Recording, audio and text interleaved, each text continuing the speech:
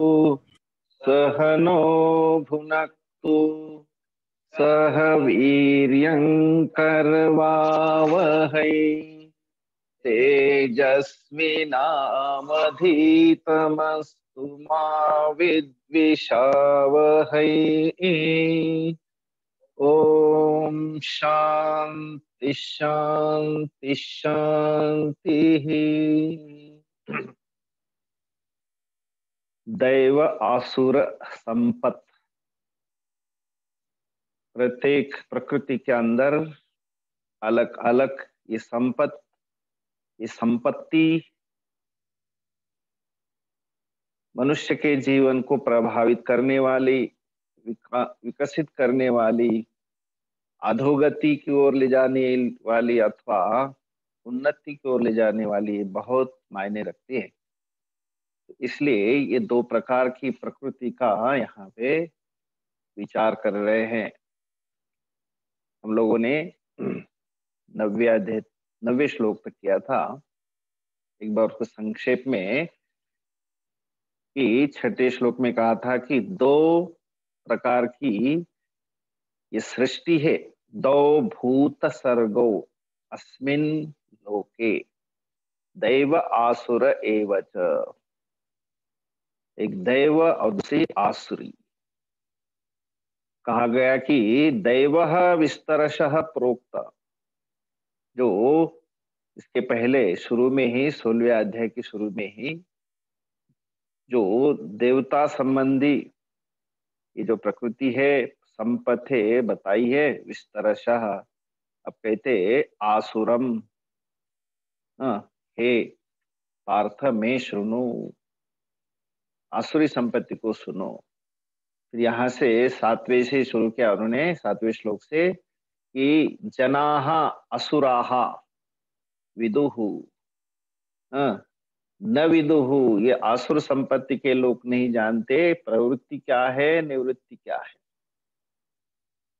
जिसके अंदर मुझे क्या करना चाहिए, कर्तव्य मतलब प्रवृत्ति, अकर्तव्य मतलब निवृत्ति, कहाँ से हटना है, कहाँ मुझे कर्म करना है।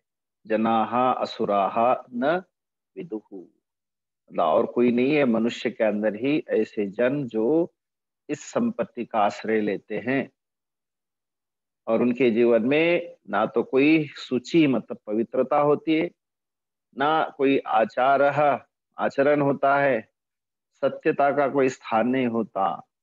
तेषु एतत् सर्वं न विद्यते, सत्यम न विद्यते, आचारः न विद्यते, और शुचः शौचम, शुचि मतलब पवित्रता भी नहीं रहती। तो इसके विपरीत भाष्यकार कहते अशौचा, उनके अंदर अपवित्रता, अनाचारः, आचार नहीं होगा तो अनाचार रहेगा, सत्यता नहीं तो कपट, मायाविनः अनृतवादिनः, जो भी एक्सपर्ट होते जिसके अंदर अपनी असत्य को ढकने के लिए और उसको सत्य साबित करने के लिए, ऐसे असुराः।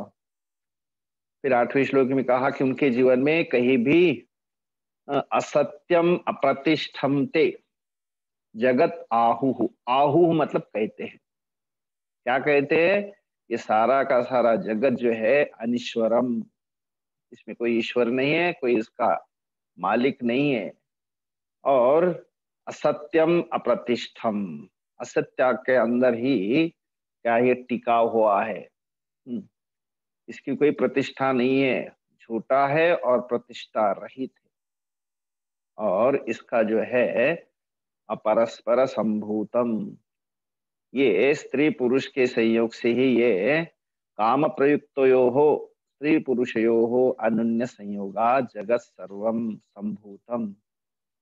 तो अपरस्परम संभूतम, उनकी दृष्टि वही है। किम अन्यत काम हेतुकम, और इसके अलावा और कोई भी न काम प्रयुक्तयोः, इसके अलावा और कुछ भी नहीं है।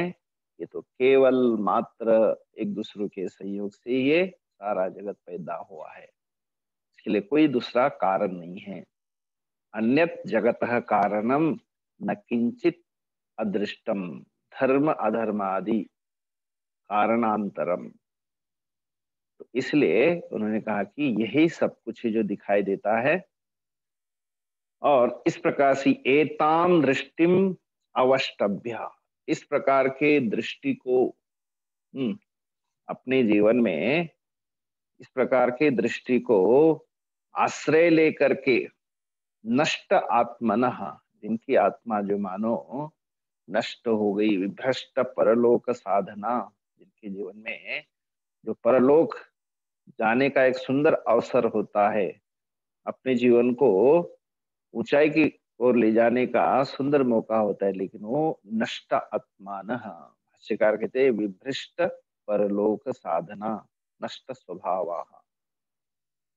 तो इसलिए जिन्होंने इस प्रकार के गलत ऐसे संपत का उन्होंने आश्रय लिया है, और ये लोग ऐसे पैदा होते किसके लिए, प्रभवंती, पैदा होते हैं, प्रकर्षेण भवंती, उग्र कर्माण, उनका जो कर्म है कैसे, उग्र कर्म, क्रूर कर्मान, भाष्यकार कहते हैं कि हिंसात्मका, उनका कर्म जो है कहीं भी अहिंसा वाला नहीं, बल्कि हिंसा वाला, उग्र कर्मान, क्रूर, दया रहित।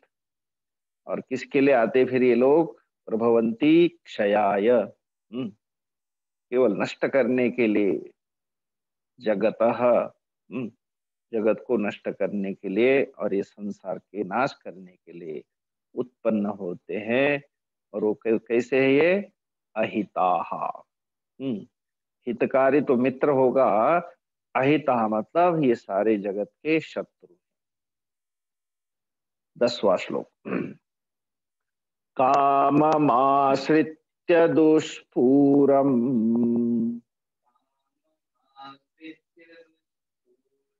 दम्भमानमदान्विताः मोहात् गृहीत्वा सद्ग्राहान् प्रवर्तन्ते शुचिव्रताः।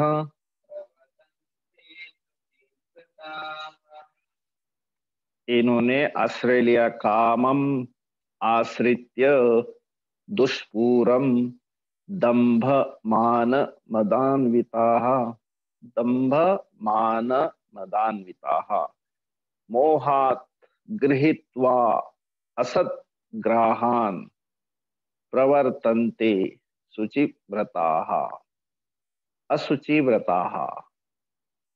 इन्होंने आश्रय लिया किसका, काम का, है ना।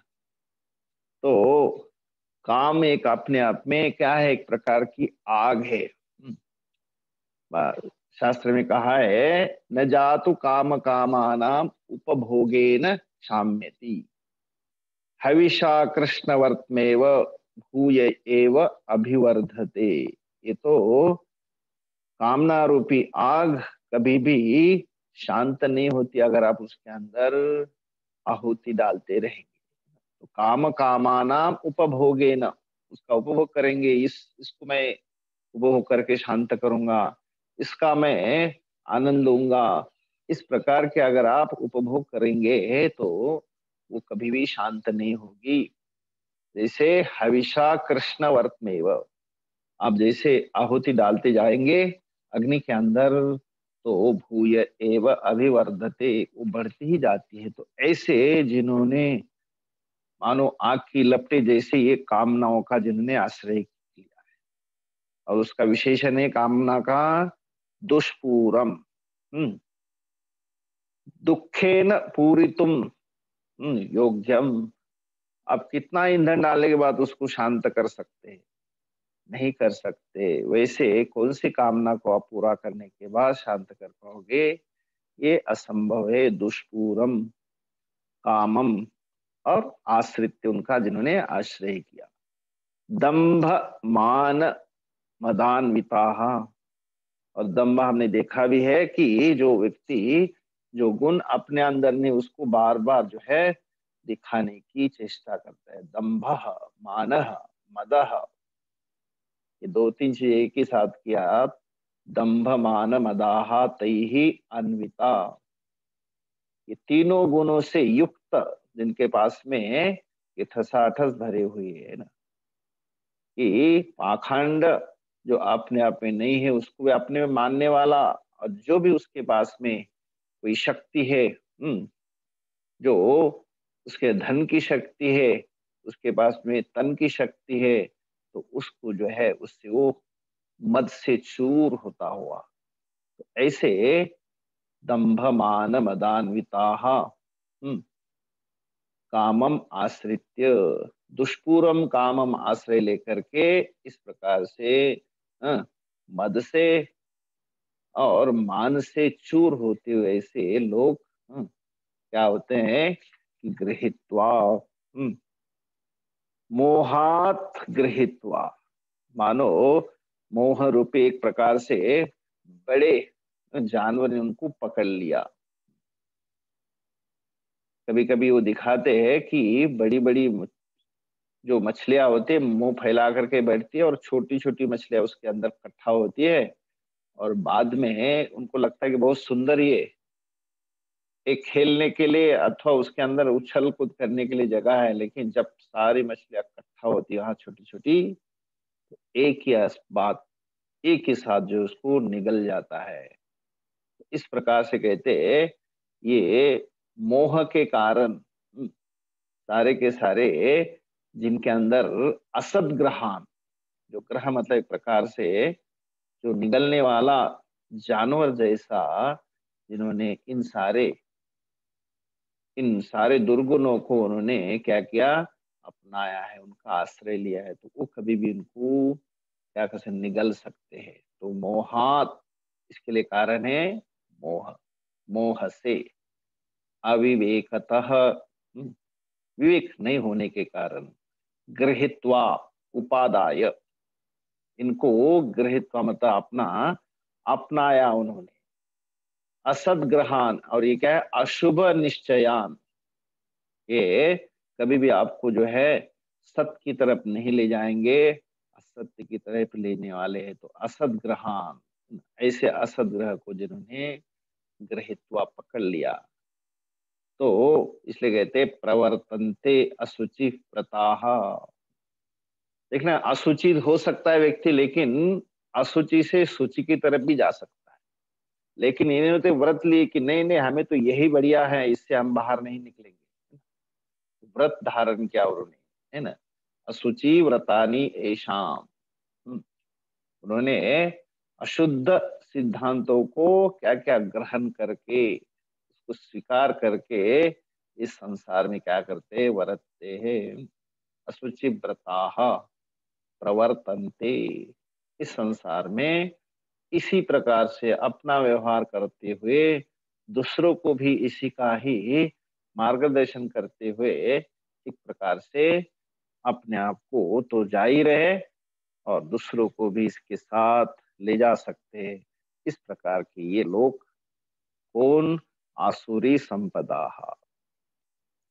तो दुष्पूरम कामम आश्रित्य, जो कभी पूरा नहीं किया जा सकता ऐसे कामनाओं को जिन्होंने इनका आश्रय लिया, और दंभ मान मदान्विता, अन्विता मतलब जिसके जो एकदम उन्होंने अपनाया, इनको दंभ को, मान को और मद, इनके अंदर वो युक्त हो गए हैं, और ऐसे अनेकों प्रकार के मोहात, इनको जो है उन्होंने धारण किया। क्यों?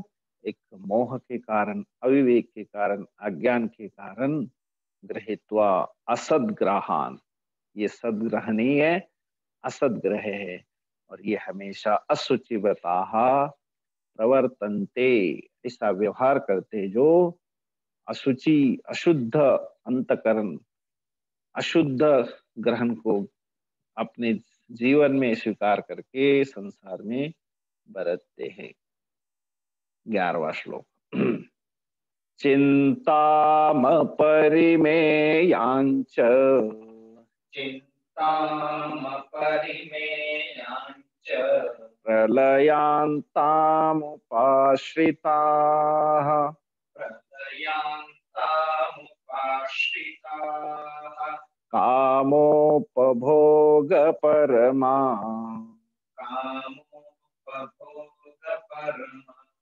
एतावदिति निश्चिताः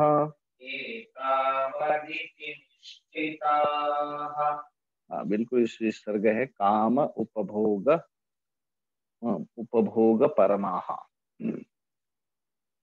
चिंताम अपरिमेयांच प्रलयांताम उपाश्रिताः काम उपभोग परमाः एतावत् इति निश्चिताः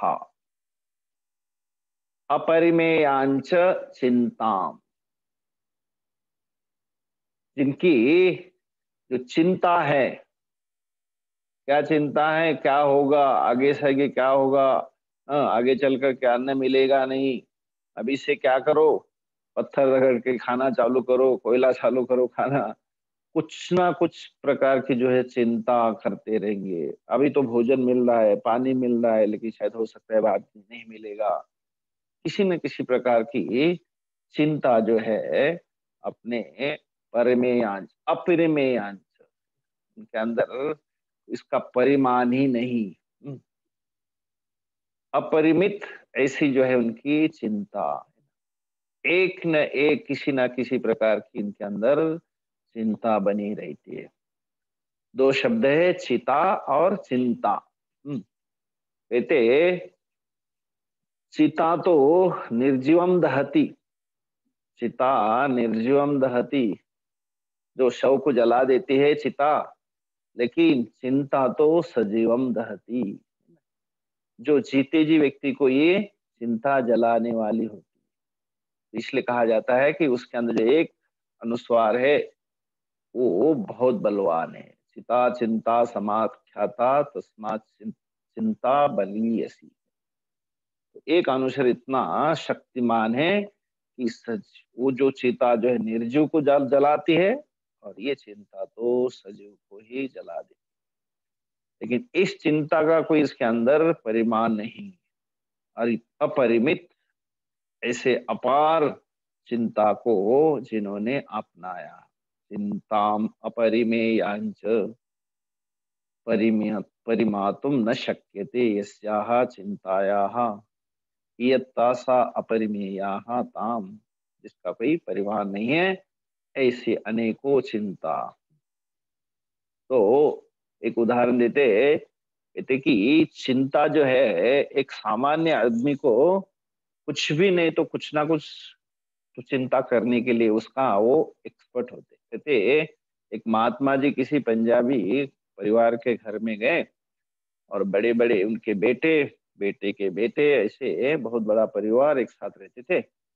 और उनकी जो माँ मतलब बच्चों की दादी, वो बेचारी 70-80 साल की बुढ़िया जो है घर में थी।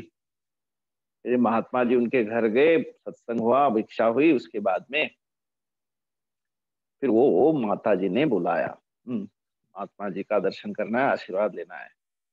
तो महात्मा जी उनके पास गए, जाने के बाद में माता जी कंप्लेन करने में, स्वामी जी मेरे पास एक शिकायत है इन सब के बारे में, आप बताइए, डांटिए उनको कि ये हमारे घर में कोई किसी का मालिक नहीं, कोई किसी की बात सुनता नहीं है, कौन कब आता है कब जाता है किसी की, और ये लोग रात को रात को 12-12 बजे तक घर आते नहीं है, और मुझे इनके बारे में बहुत बड़ी चिंता है। अब मैं तो कुछ कर नहीं सकती हूँ, करती तो मैं उनको कुछ समझा देती, सिखा देती, कुछ दंड देती, लेकिन अब मैं कुछ नहीं कर सकती। लेकिन मुझे इसके बारे में क्या होती है, चिंता होती है। तो उनके पुत्र को बुलाया, और पुत्र को बुलाने के बाद में स्वामी जी कहा, देखो भाई तुम्हारी एक शिकायत है, और ये माता जी बड़ी परेशान है, तुम्हारे बारे में सोचती है, चिंता करती है कि मेरे बच्चे जो है टाइम पे घर आ जाए, सब लोग सुखी रहे, और नहीं तो आपके बारे में ये बेचारी चिंता करती रहती है। तो उन्होंने कहा कि स्वामी जी अभी सब कुछ है, माता जी को कुछ करने की जरूरत नहीं, भगवान का नाम ले तो बहुत अच्छा है। स्वामी जी ने वही कहा कि तुम अब जप करो, बोले स्वामी जी, अगर मैं इनकी चिंता भी नहीं करूं तो मैं और क्या करूं, है ना? क्योंकि आदमी को इस प्रकार की अनावश्यक चिंता जो है अपने आप, उसके लिए कोई आमंत्रण देने की जरूरत नहीं। और यहाँ तो कहते कि प्रलयांताम उपाश्रिता चिंताम। हम्म, ऐसी जो चिंता है उन्होंने प्रलयांताम, कब तक, मरने तक, है ना, मरणांताम उपाश्रिता सदा चिंता पराहा। ऐसे नहीं कि 4 दिन की या तो 40 दिन की है, ये तो उनकी चिंता जो है प्रलयांता, मतलब खुद का प्रलय होने तक, खुद जो यहाँ से इस संसार से निकलने तक, प्रलय तक, मरण पर्यंत ऐसे रहने वाले चिंता का आश्रय लेते हुए आस उपाश्रिता, चिंताम उपाश्रिता। और इतना ही नहीं, काम उपभोग परमाः, कामयन्ते इति कामाः। यही कामना भी कहा कि न जातु काम कामानाम उपभोगे न शाम्यति। कोई भी काम को अगर हम उपभोग करके शांत करना चाहते तो कभी भी संभव नहीं, बल्कि आग के जैसी वो भड़कती जाती है, विकराल रूप धारण करती है, अनेकों लपटें उसके निकलती है। इसलिए काम उपभोग परमाः, जिन्होंने कामना का उपभोग करने का ही अगर व्रत लिया है तो वो लोग कभी भी उसको शांत नहीं कर सकते। काम उपभोग परमाः, इसी में लगे हुए हैं। और एतावत इति निश्चिताः। अब जो कहते जीवन में अपन को यही करना है, यही हमारा पुरुषार्थ है, विश्व का उपभोग करना, बस यही उनका परम पुरुषार्थ है। उनके लिए और दूसरा कुछ भी सामने कर्तव्य नहीं है। तो इसलिए काम उपभोग परमाः एतावत इति निश्चिताः, इतना ही उनका पक्का निश्चय है। तो अब जो हमें और कुछ भी नहीं करना इसके अलावा। हम्म, तो चिंताम अपरिमेयांच, उनकी चिंता का कोई परिमाण नहीं है, कोई उसका अंत नहीं है। और ये चिंताएं कब तक, प्रलयांता, मरने तक, खुद खत्म होने तक। और बल्कि चिंता करेंगे तो जल्दी ही आपका मंजिल आ जाएगा, क्योंकि चिंता जो है सजीव को ही जला जला देती है। तो ऐसा जिन्होंने आश्रय लिया है, उपाश्रिता, काम उपभोग परमाः, कामनाओं को भोग करके उसकी शांति मिलेगी इसके आशा में बैठे हुए, काम उपभोग परमा।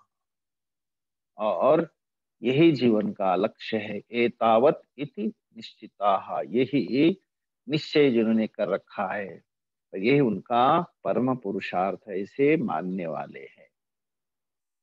आगे और 12वां, आशा पाशशतैर्बद्धाः आशापाशशतैर्बद्धाः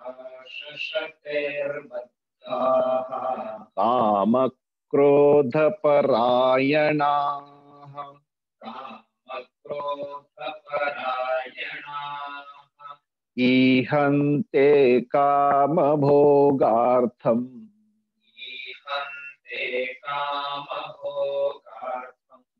अन्यायेनार्थसञ्चयान् अन्यायेनार्थसञ्चयान् आशापाशशतैः बद्धाः कामक्रोधपरायणाः ईहन्ते कामभोगार्थम् अन्यायेन अर्थसञ्चयान्। अब कहते बद्धाः, बंधे हुए हैं। किससे, पाशों से। हाँ, पाश मतलब एक प्रकार की रज्जू, जो रस्सियां है ना, रस्सी के अनेकों फांसे उसके, कितने ऐसे रज्जु के फांस जो है कितने हैं, तो कहते शतैहि पाशबद्धैहि। तो ये जो है इस जिनकी आशाएं, वही उनके लिए क्या बन जाती, पाश बन जाती, मतलब एक प्रकार के फंदा बन जाती है। और एक नहीं, सैकड़ों, शतैहि। तो शतैहि आशा पाशैहि बद्धाः, बंधे हुए हैं। तच्छतैहि आशापाशशतैहि बद्धाः नियंत्रिताः सन्तः सर्वतः। सब प्रकार से बंधे हुए, अकड़े हुए हैं, सब ओर से खींचे जाते हुए। तो ऐसे बद्धाः का आशाश्च पाशाश्च, आशा पाशैहि, एक नहीं अनेकैहि शतैहि। जहां जाओगे वहां कई प्रकार के। ये आशा एक ऐसी चीज है, अभी हाथ में नहीं है, आपके पास में वो चीज उपलब्ध नहीं है, लेकिन उसके लिए एकदम आदमी इंतजार करता है कि अब नहीं, कल, कल नहीं परसों मुझे ये प्राप्त होने वाला है, मैं उसका उपभोग करने वाला। वो जो आशा, और ये वही उसके लिए फंदा, मतलब एक फांस बन जाती है। और वो एक नहीं, सैकड़ों में शतैहि बद्धाः आकृष्यमाना, उनके अंदर आकृष्ट होते जाते हैं। और फिर उसी के साथ काम क्रोध परायणाः, कोई भी इच्छा जगती है और इच्छा को पूर्ण करने के लिए कोई पुरुषार्थ करता है।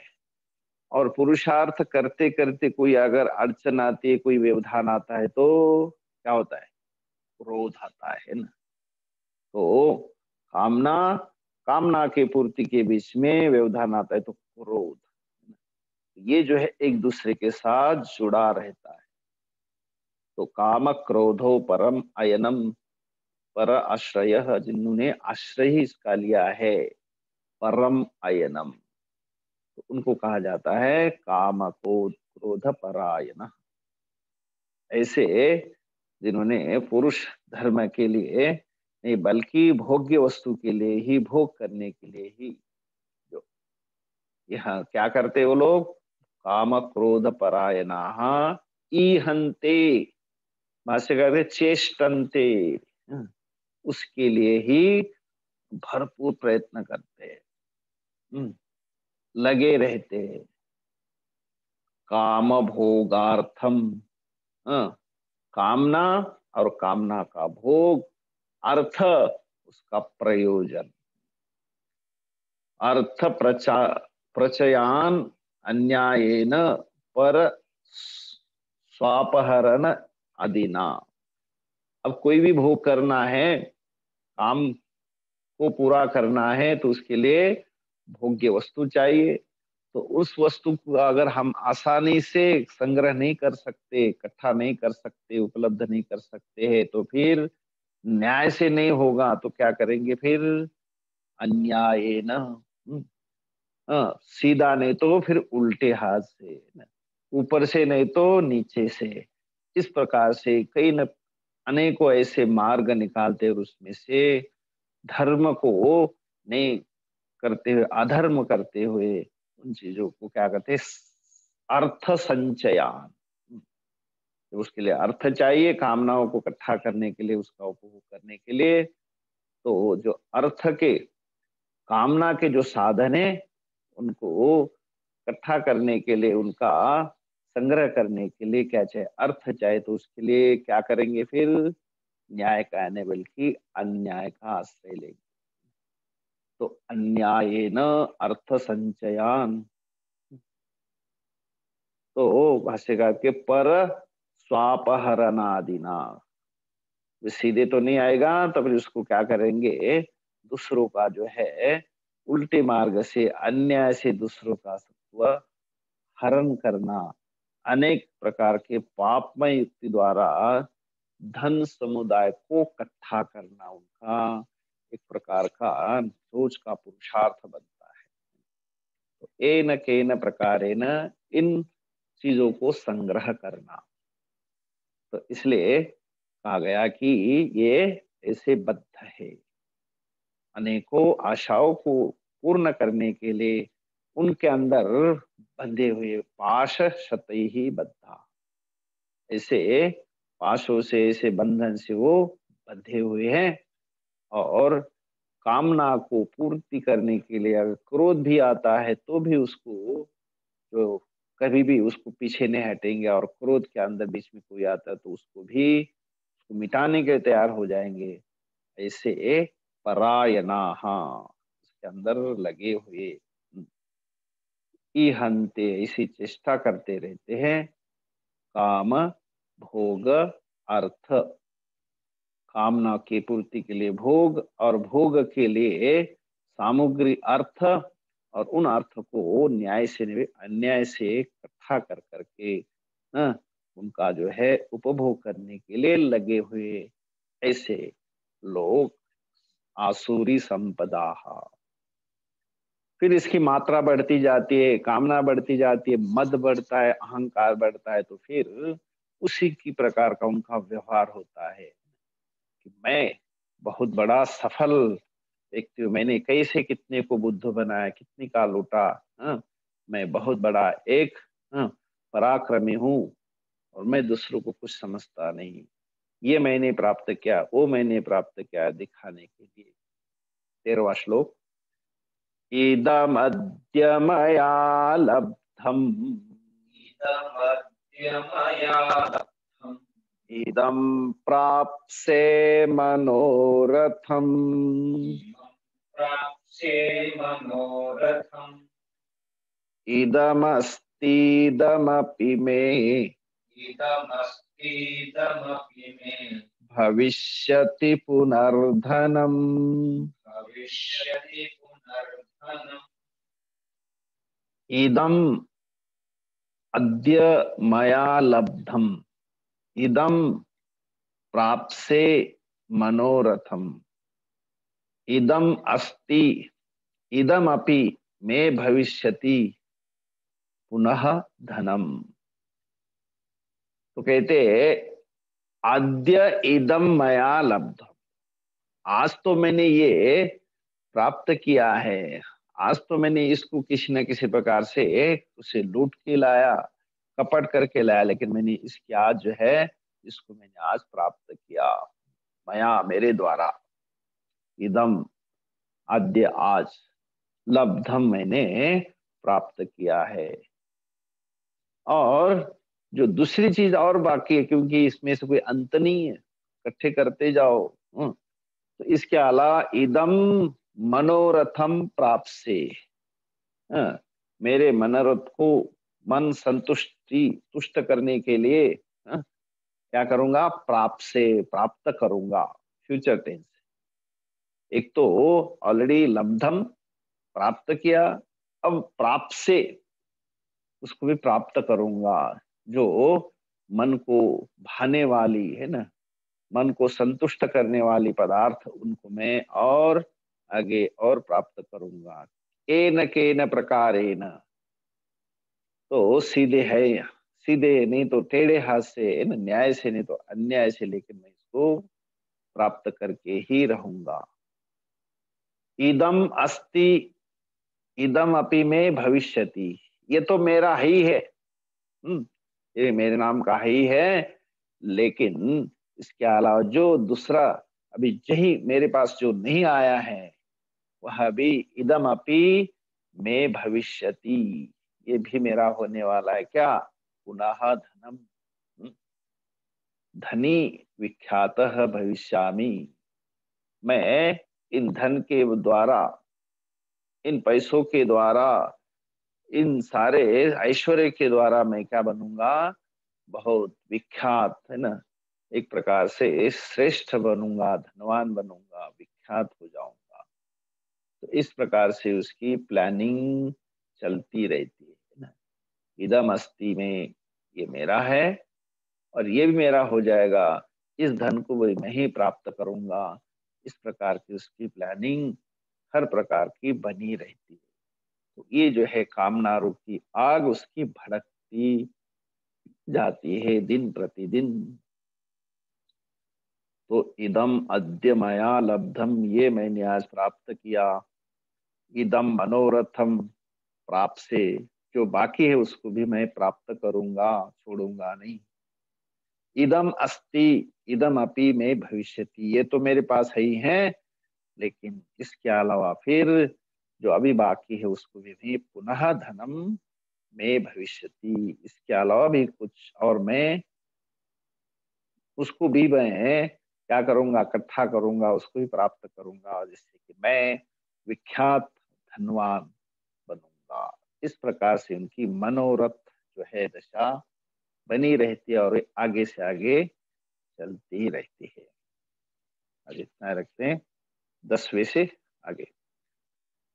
काममाश्रित्य दुष्पूरम् दम्भमानमदान्विताः मोहाद् गृहीत्वा सद्ग्राहान् प्रवर्तन्ते शुचिव्रताः चिन्तामपरिमेयाञ्च प्रलयान्तामुपाश्रिताः कामोपभोगपरमाः एतावदिति निश्चिताः आशापाशशतैर्बद्धाः कामक्रोधपरायणाः ईहन्ते कामभोगार्थम् न्यायेनार्थसञ्चयान् इदमद्य मया लब्धम् इदं प्राप्स्ये मनोरथम् इदमस्तीदमपि मे भविष्यति पुनर्धनम्। ॐ पूर्णमदः पूर्णमिदं पूर्णात् पूर्णमुदच्यते पूर्णस्य पूर्णमादाय पूर्णमेवावशिष्यते। ॐ शान्ति शान्ति शान्तिः। हरिः ॐ। श्री गुरुभ्यो नमः। हरिः ॐ।